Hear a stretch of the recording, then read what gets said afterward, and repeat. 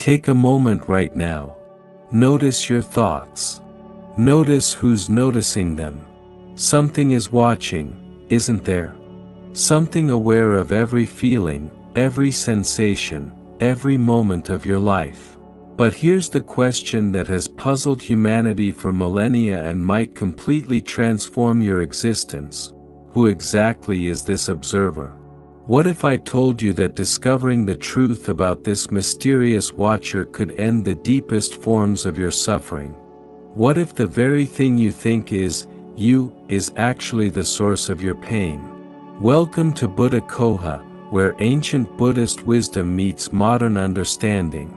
Today, we're diving into one of the most profound teachings the Buddha ever gave, a teaching so radical that when people truly understand it, their entire relationship with suffering transforms forever. Part 1: The Merchant's Dilemma, an ancient story of awakening.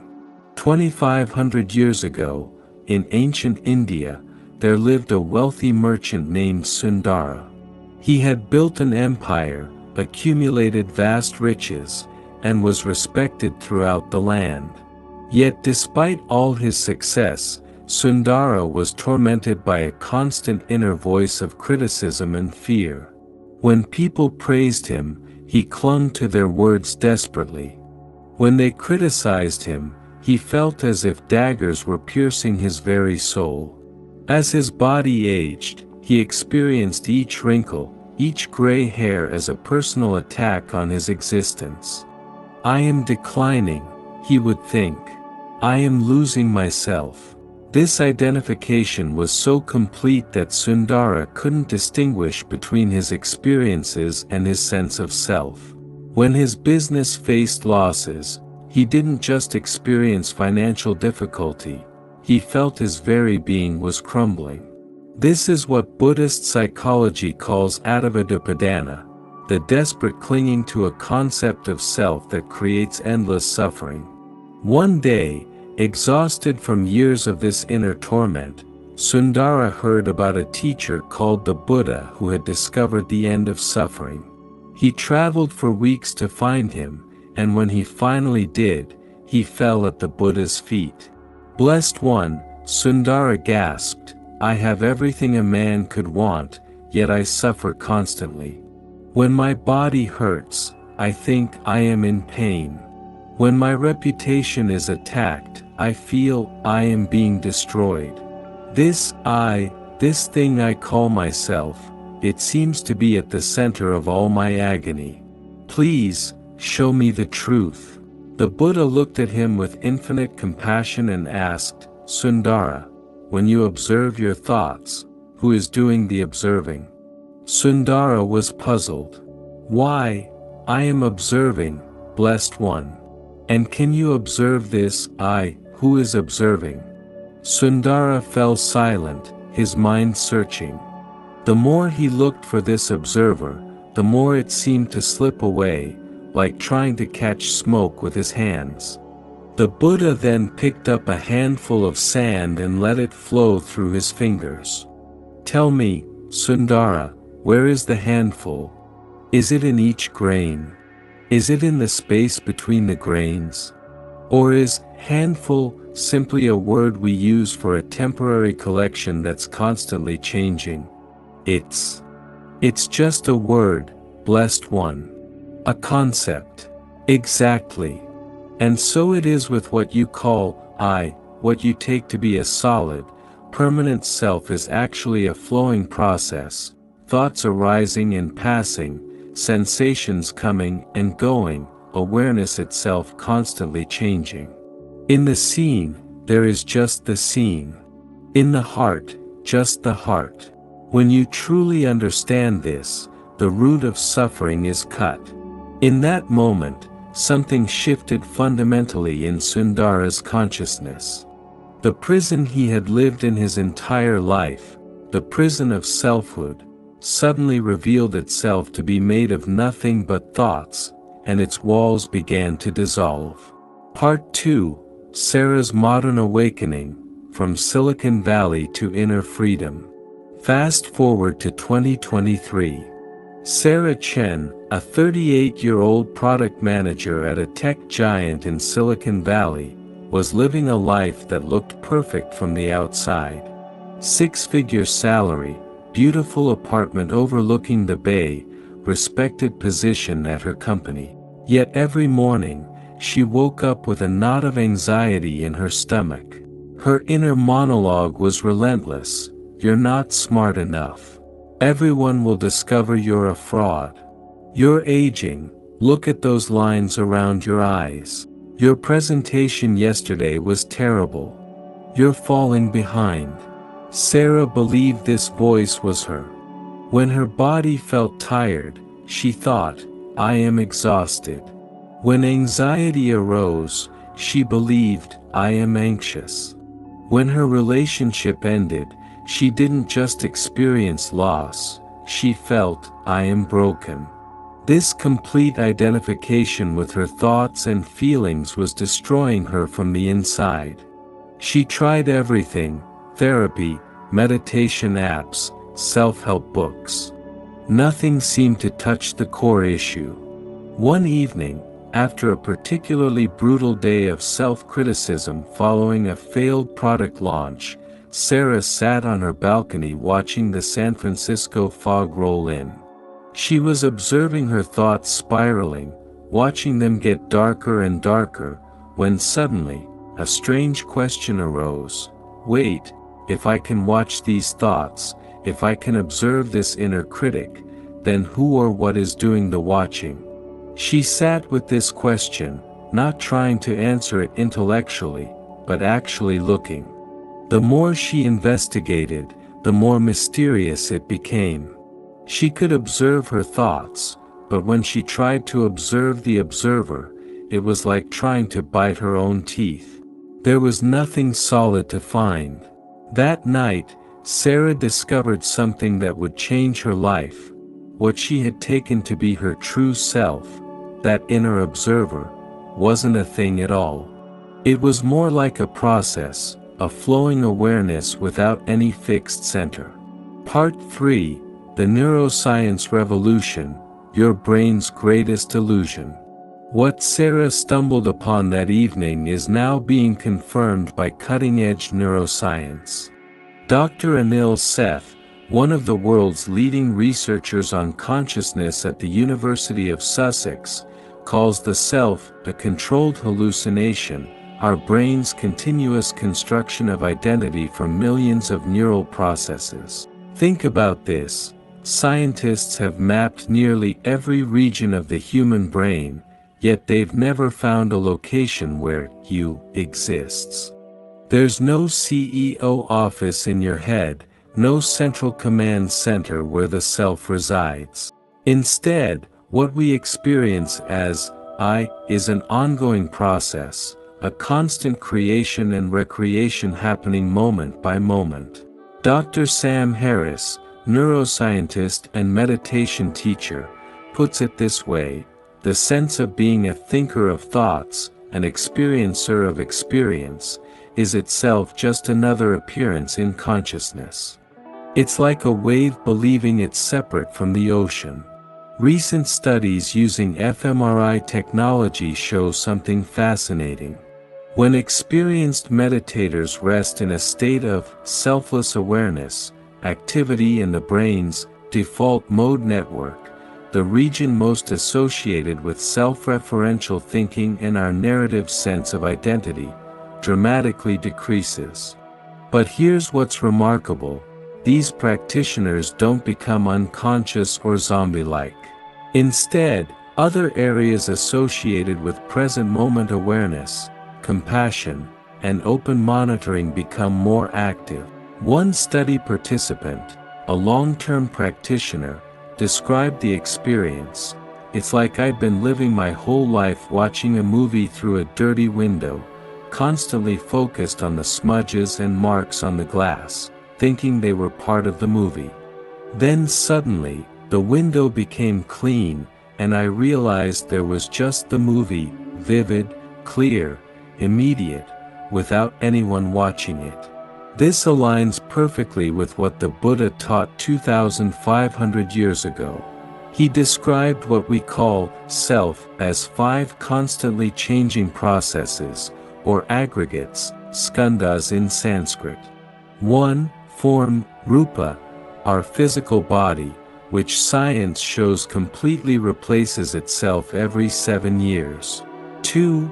Sensation, vedana, the feeling tones of pleasant, unpleasant, or neutral that color every experience. 3. Perception, samjna, our brain's pattern recognition and interpretation system. 4. Mental formations, samskara, the endless stream of thoughts, emotions, and intentions. 5. Consciousness, vijnana, the basic knowing quality of awareness itself. The Buddha invited his students to examine each of these and ask, is this permanent? Is this truly satisfactory? Is this myself? The answer, upon honest investigation, is always no. Part 4, The Observer Paradox, going deeper down the rabbit hole. Now here's where it gets really interesting, and where many spiritual seekers get stuck. After her initial insight, Sarah began meditating regularly. Like many practitioners, she reached a point where she felt she had found the real self, that silent witness, the pure awareness behind all experience.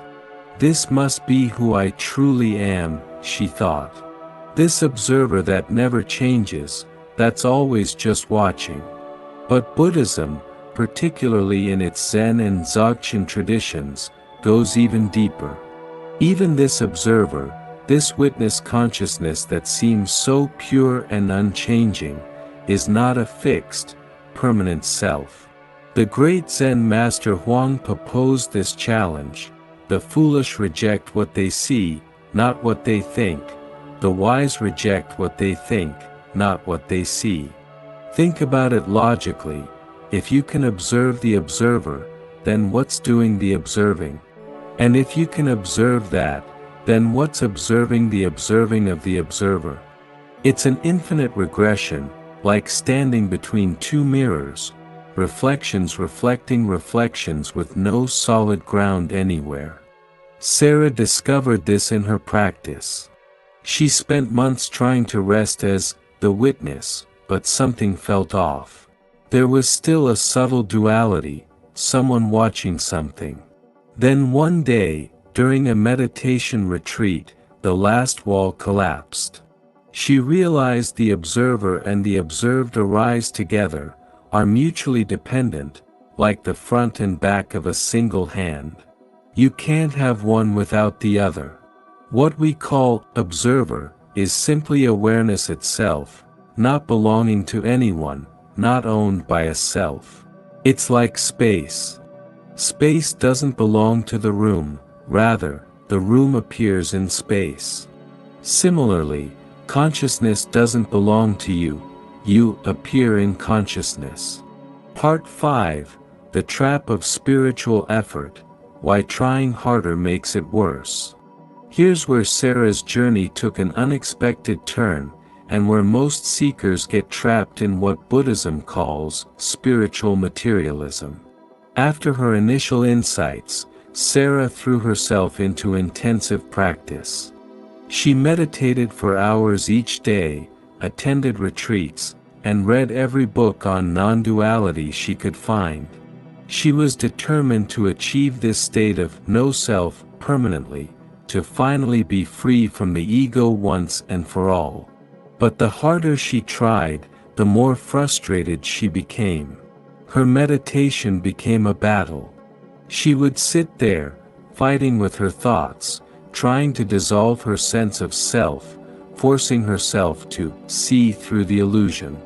The irony was completely lost on her. The very effort to eliminate the self was itself a massive act of self-ing. It's like trying not to think of a pink elephant. The very effort guarantees its presence. Or as Alan Watts beautifully put it, it's like trying to bite your own teeth.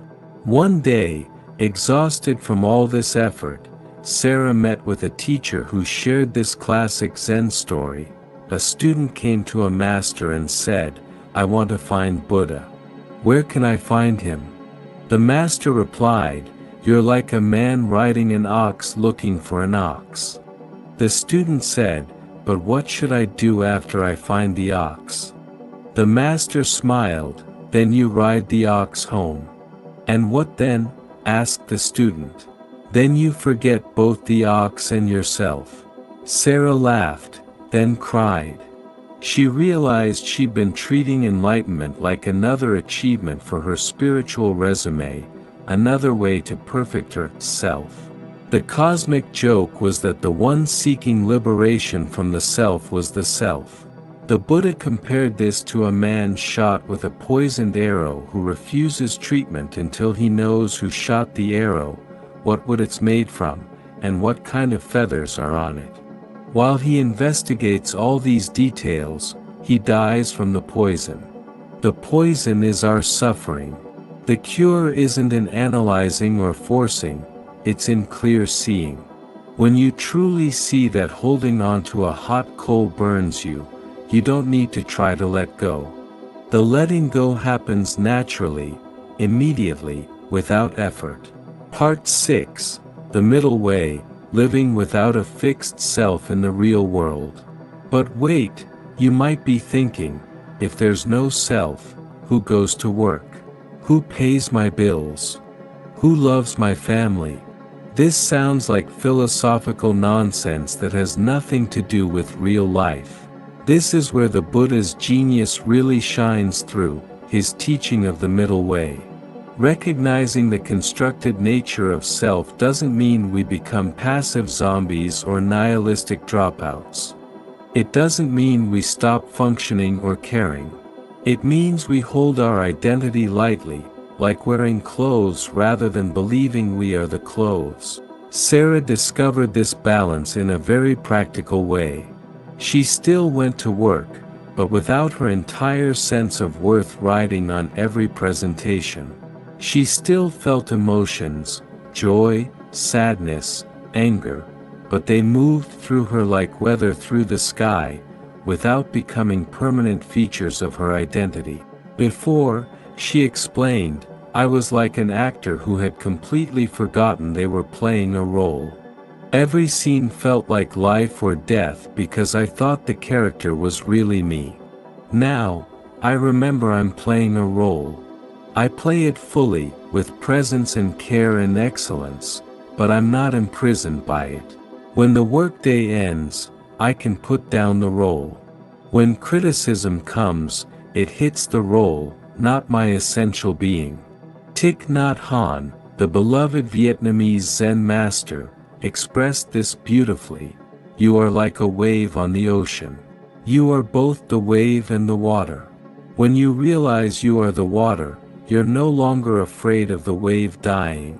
This isn't detachment or dissociation. It's actually more intimate, more engaged. When you're not constantly defending a fixed self-image, you have so much more energy available for actual living. Part 7, The Compassion Revolution, How No Self Leads to Universal Love. Here's something beautiful and unexpected that Sarah discovered. When the walls of self began to dissolve, compassion naturally flooded in. It was the strangest thing, she shared. I had always tried to be compassionate, but it was effortful, like I was doing it to be a good person. But when I stopped defending my territory all the time, when I wasn't constantly maintaining and protecting this imaginary fortress of self, I had so much more energy available for genuine care. This isn't just Sarah's experience. It's a universal principle in Buddhism. The Dalai Lama explains it this way: we can reject everything else, religion, ideology, all received wisdom. But we cannot escape the necessity of love and compassion. This, then, is my true religion, my simple faith. When we see through the illusion of separate selves, we recognize what Thich Nhat Hanh calls interbeing, the fundamental interconnection of all life. Your suffering is my suffering. Your joy is my joy. Not metaphorically, but actually. Think about it. The oxygen in your lungs was exhaled by trees. The water in your body was once in clouds, in oceans, in other beings. The calcium in your bones was forged in the heart of dying stars. Where exactly do you begin and the rest of the universe end? If these teachings are touching something deep within you, remember to subscribe to Buddha Coha. Hit that notification bell, and share this video with someone who might be ready to hear this message. Your sharing could be the catalyst for someone's awakening. Part 8, Ancient Wisdom, Modern Voices, the Timeless Teaching. This understanding of the observer and the illusion of self isn't unique to Buddhism. Mystics and sages across all traditions have pointed to this same truth. The Buddha himself, in the Samyutta Nikaya, declared, "In the seen, there will be merely the seen. In the heart, merely the heard. In the sensed, merely the sensed. In the cognized, merely the cognized. When for you there is merely the seen in the seen, then you will not be with that. When you are not with that, you will not be in that. When you are not in that, you will be neither here nor there nor in between.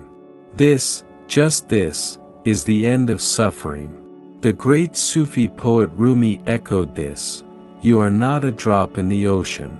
You are the entire ocean in a drop. The Hindu sage Nisargadatta Maharaj taught, the consciousness in you and the consciousness in me, apparently two, are one. Seek unity, and that is love. Even Christian mystic Meister Eckhart proclaimed, the eye through which I see God is the same eye through which God sees me. My eye and God's eye are one eye, one seeing, one knowing, one love. Modern teacher Eckhart Tolle puts it simply, you are not your thoughts. You are the awareness behind them. And neuroscientist Sam Harris observes, the feeling that we call I is an illusion. No discrete self or ego is living like a minotaur in the labyrinth of the brain. Part 9, Common Misunderstandings, Clearing the Confusion. Let's address some common misconceptions about this teaching, because misunderstanding can lead to nihilism or spiritual bypassing. Misconception 1. No self means I don't exist. Reality, you exist, but not in the way you think.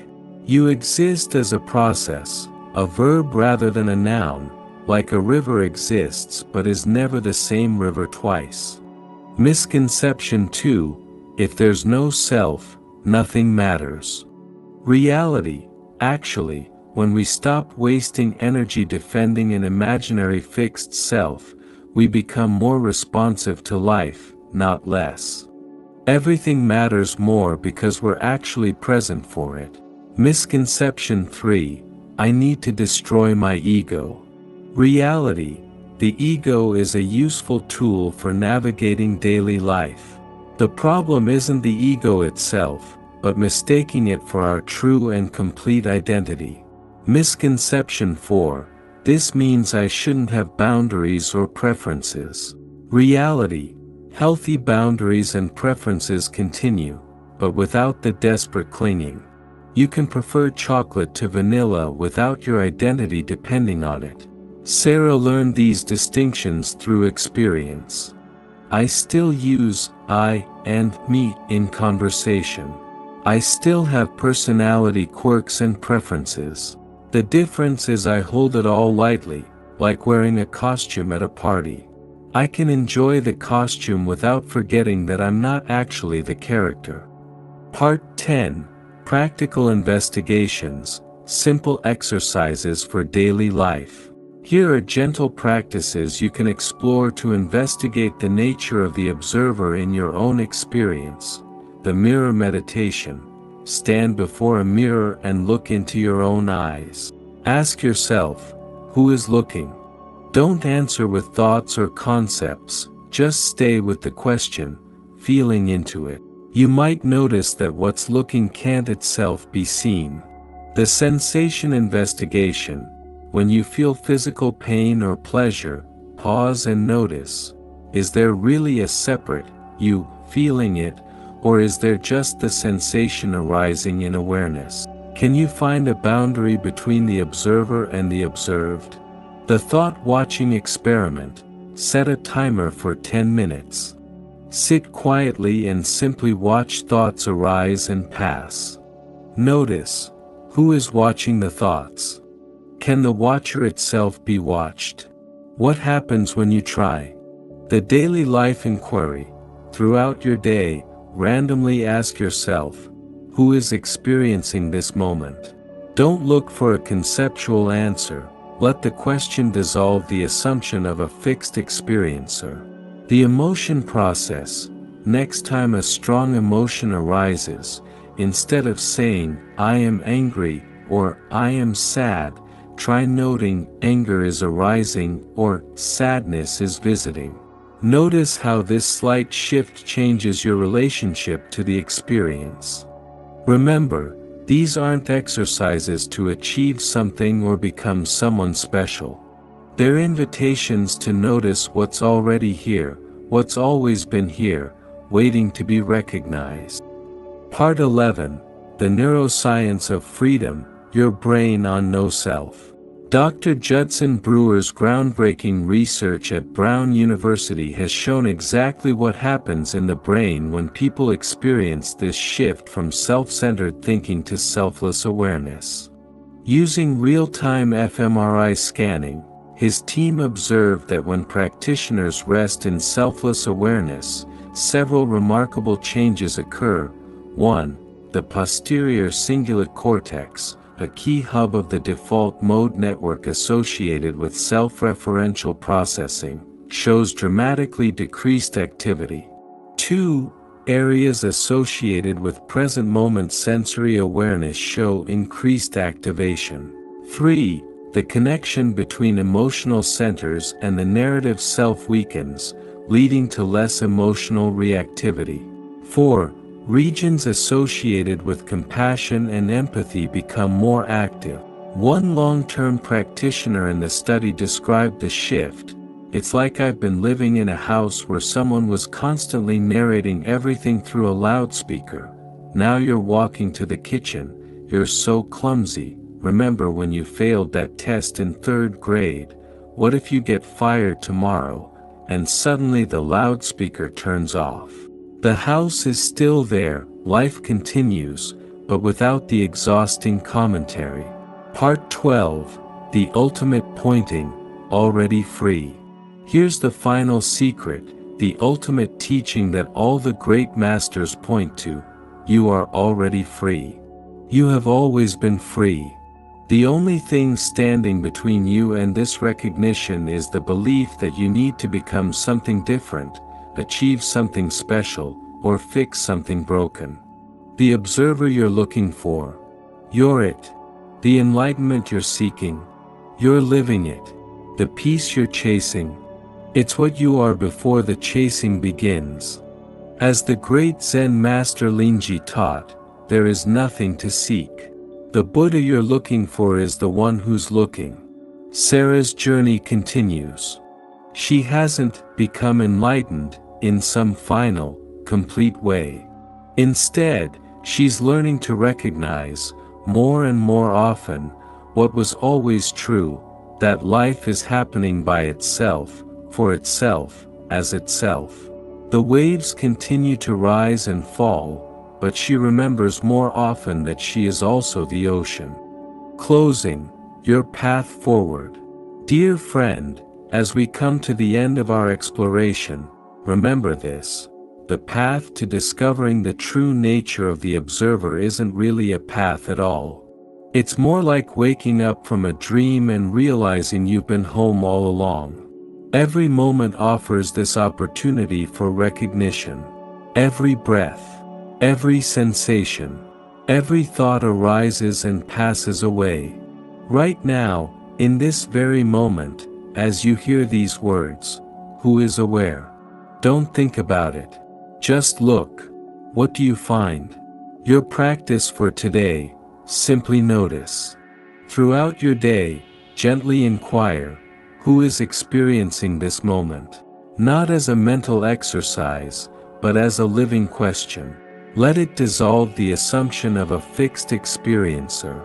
3 profound quotes to carry with you. From the Buddha: of all footprints, that of the elephant is supreme. Similarly, of all meditative themes, that on death is supreme.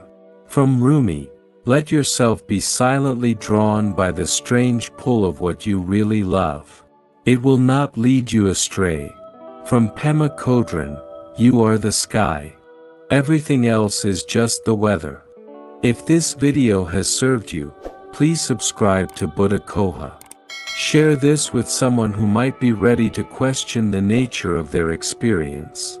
Comment below, what did you notice about the observer in your own mind? Remember, you're not alone on this journey. We're all waves in the same ocean, temporarily forgetting and remembering our true nature. Until next time, may you see clearly. May you rest in the awareness that you already are. And may all beings everywhere discover the freedom that comes from seeing through the illusion of separation. This is Buddha Coha, reminding you that the wisdom you seek is already within you, waiting to be uncovered. The observer you're looking for is closer than your own breath. Namaste.